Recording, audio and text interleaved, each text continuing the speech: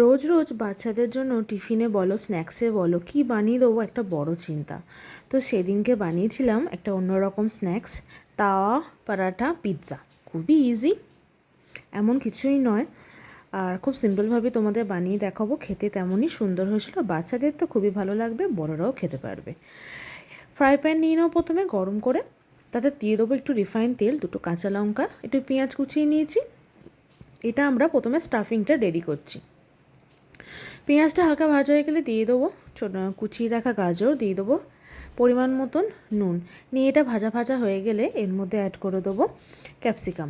সবজিগুলো সাধারণত খুব একটা বেশি ভাজবার দরকার পড়ে না, জাস্ট মোটামুটি একটু নরম হয়ে গেলে কিন্তু আমার ভাজা হয়ে যাবে।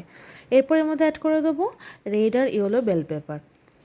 যত পারবে সবজি অ্যাড করতে পারবে তত কিন্তু খেতে ভালো হয়, আর অনেকটা এটা হেলদি একটা অপশান বাচ্চাদের জন্য।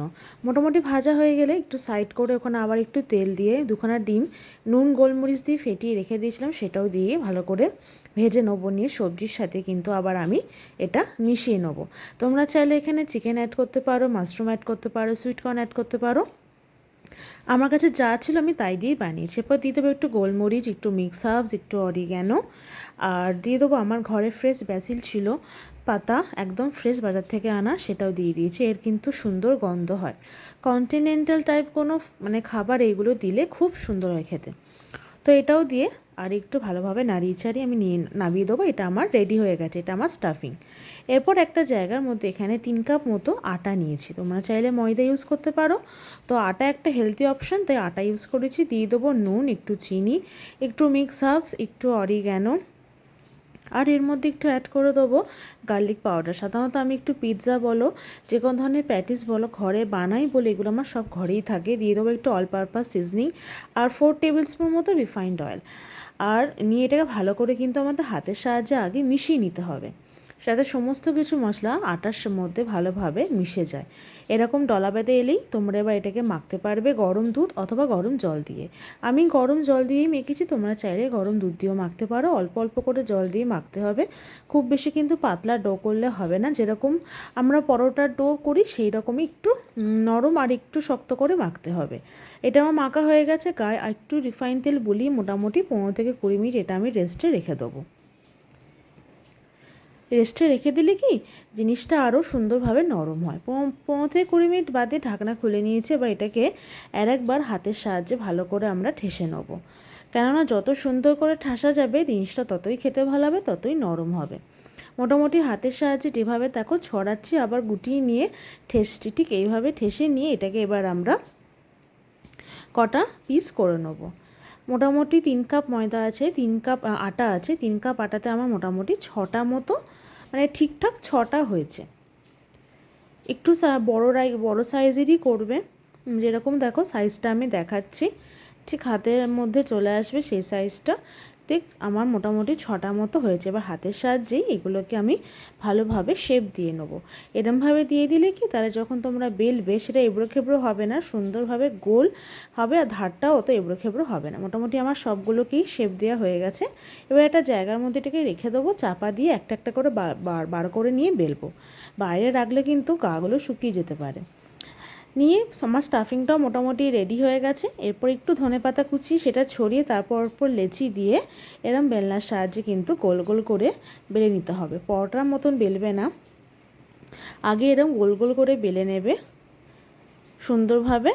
নিয়ে তারপর এর মধ্যে আমরা দিয়ে দেবো একটা টমেটো সস। তোমরা চাইলে একটু পিৎজা যে সস হয় তার সাথে মেয়োনিজ মিশিয়ে একটা মিক্স সস রেডি করে দিতে পারো। আমার কাছে মেয়োনিজ ছিল, কিন্তু দিনে যেহেতু এটা হেলদিভাবে বানাচ্ছি তাই অল্প টমেটো সস দিয়েছি। নিয়ে এরপর দিয়ে দেবো ভেতরে স্টাফিংটা।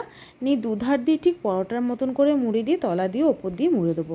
আর এই ধারটা ভিডিওতে আমি দেখাতে ভুলে গেছি, ধারগুলো আমি কেটে দিয়েছিলাম। হ্যাঁ, এত মোটা মোটা ধার রাখবে না, এগুলো না ঠিকঠাক ভাজা হয় না, কাঁচা কাঁচা লাগে। তো এই ধারগুলোকে আমি কেটে দিয়ে সুন্দরভাবে শেপ দিয়ে দিয়েছিলাম। একইভাবে আবার একটু ধনেপাতা আমি ছড়িয়ে নিয়েছি, নিয়ে লেচিটা দিয়ে বেলনার সাহায্যে বেলে নিতে হবে। ধনেপাতার যে ডান্ডিগুলো হয় সেইগুলো কিন্তু দেবে না, সেইগুলো দিলে না আটা ফেটে যাচ্ছিলো। আমি নিজে আমার হয়েছে বলে বললাম, ধনেপাতার পাতাগুলোই ইউজ করার চেষ্টা করবে। এরপর আবার একটু টমেটো সস ভালোভাবে স্প্রেড করে দিয়ে এর মধ্যে এবার দিয়ে দেবো স্টাফিংটা।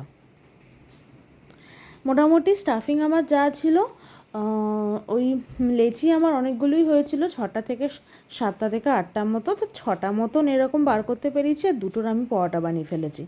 তো এরকমভাবে মুড়ে দিয়েছি, দেখো ধারগুলো কিন্তু অবশ্যই কেটে নেবে, ধারগুলোকে রেখে দেবে না, ধারগুলো থাকলে না খুব মোটা মোটা কাঁচা লাগে খেতে। তো সবগুলি মোটামুটি আমার হয়ে গেছে, দেখো একটা ধার আমার ফেটে গেছে, ডান্ডি গেছিলো বলে ধনেপাতার। তো আমার মোড়া হয়ে গেছে, আর কয়েকটাই বাকি, যেটুকুনি আছে এরমভাবে মুড়ে নিয়ে আমি মোটামুটি রেডি করে ফেলেছি। এই যে ধারগুলো কেটে দিলাম, কেটে দিন হাতের সাহায্যে আবার মুখানটা মুড়ে দেবে, নাহলে কিন্তু স্টাফিং বেরিয়ে যাওয়ার চান্স থাকে। এই যে আমার রেডি হয়ে গেছে, আর একটা অন্য জায়গায় রাখা আছে, এখানে 5টাই ধরেছে, মোটামুটি অনেকটাই বড় বড় হয়েছে, আর বাদবাকি 2টো আমি পরোটা বানিয়ে ফেলেছি। এরপর একটা তাওয়া নিয়ে তার মধ্যে প্রথমে একটু রিফাইন তেল দেবে, আর তারপর দেবে 1 চামচ মতো বাটার। রিফাইন তেলটা প্রথমে দেওয়ার কারণ হচ্ছে যাতে বাটার দেওয়ার পর বাটারটা পুড়ে না যায়, রিফাইন তেল দিয়ে বাটার দেবে, বাটার পুড়ে না। এরপর পরোটা যে দিকটা মোটা মানে মোড়া হয়েছে সেই দিকটা প্রথমে তাওয়ায় দিয়ে কিছুক্ষণ রেখে দিতে হবে মিডিয়াম ফ্লেমে, মোটামুটি হালকা লাল লাল হয়ে গেলে উল্টে দিয়ে তোমাদের উল্টে পাল্টে কিন্তু সেঁকে নিতে হবে, ঠিক আছে? এখানে চাপা দেওয়ার প্রয়োজন পড়বে না, যেভাবে তোমরা পরোটা সেঁকো ঠিক সেইভাবে কিন্তু আমার এটা সেঁকে নিতে হবে। ধারগুলো কিন্তু ভুলবে না, ধারগুলো তো মোটা মোটা হয়ে আছে, পরোটা পাতলা বেললে তো অসুবিধা হয় না, কিন্তু যেহেতু এটা মোটা, ধারগুলোকে একটু এরমভাবে দিয়ে যেরমভাবে আমি দেখাচ্ছি ঠিক এইভাবে করে করে ধারগুলোকেও মোটামুটি সেঁকে নেবে। ঠিকঠাক সেঁকা হয়ে গেলে দেখবে প্রথমে যেহেতু মোটা দিকটা দিয়েছিলে, মোটা দিকটা কিন্তু সুন্দরভাবে চেপে বন্ধ হয়ে গেছে। আমার মোটামুটি সেঁকা হয়ে গেছে, এগুলো আমি এবার তুলে নেব। দেখতে কিন্তু খুব সুন্দর হয়েছে, দেখতে পাচ্ছ। আবার একটু বাটার দিয়ে আবার যে বাদবাকিগুলো ছিল সেইগুলো আবার আমি একইভাবে কিন্তু সেঁকে নেব। মোটা দিকটা প্রথমে তাওয়াতে দেওয়ার কারণ হলো মোটা দিকটা যেহেতু মোড়া হয়েছে খুলে যাবার চান্স থাকে, সেইটাই আগে তাওয়ার মধ্যে দিলে সেটার মুখটা একদম বন্ধ হয়ে যাবে। তো এইভাবেই মোটামুটি সবগুলো আমি সেঁকে নিয়েছি, আমাদের রেডি হয়ে গেছে তাওয়া পরাটা পিৎজা। তোমরা চাইলে ভেতরে একটু চিজও অ্যাড করতে পারো, আমি চিজটা অ্যাভয়েড করেছি, যেহেতু একটু হেলদি ওয়েতে বানাবার চেষ্টা করেছি তাই চিজটা আমি আর অ্যাড করিনি। তো তোমরা বলো তোমাদের কেমন লাগলো। এটা নিয়ে আমি একটা রিল পোস্ট করেছিলাম, অনেকেই সঠিক উত্তর দিতে পেরেছে বা অনেকেই ভুলভাল উত্তর দিয়েছে, তার মধ্যে একজন একদম পারফেক্ট বলেছে, কিন্তু সেই দিদি আমাদের মতন নয়, তাই আমি কিছু করতে পারিনি, তার বাড়ি যেতে পারিনি, মিষ্টি খাওয়াতে পারিনি, কিন্তু সে আমার ভালো বন্ধু হয়ে গেছে। তো চলো আজকের রেসিপিটা এত অবধি। এই রেসিপিটা তোমরা বাড়িতে অবশ্যই ট্রাই করো, আর বলো কেমন হয়েছে। ভালো লাগলে অবশ্যই লাইক করো, শেয়ার করো, কমেন্ট করতে ভুলো না। Till then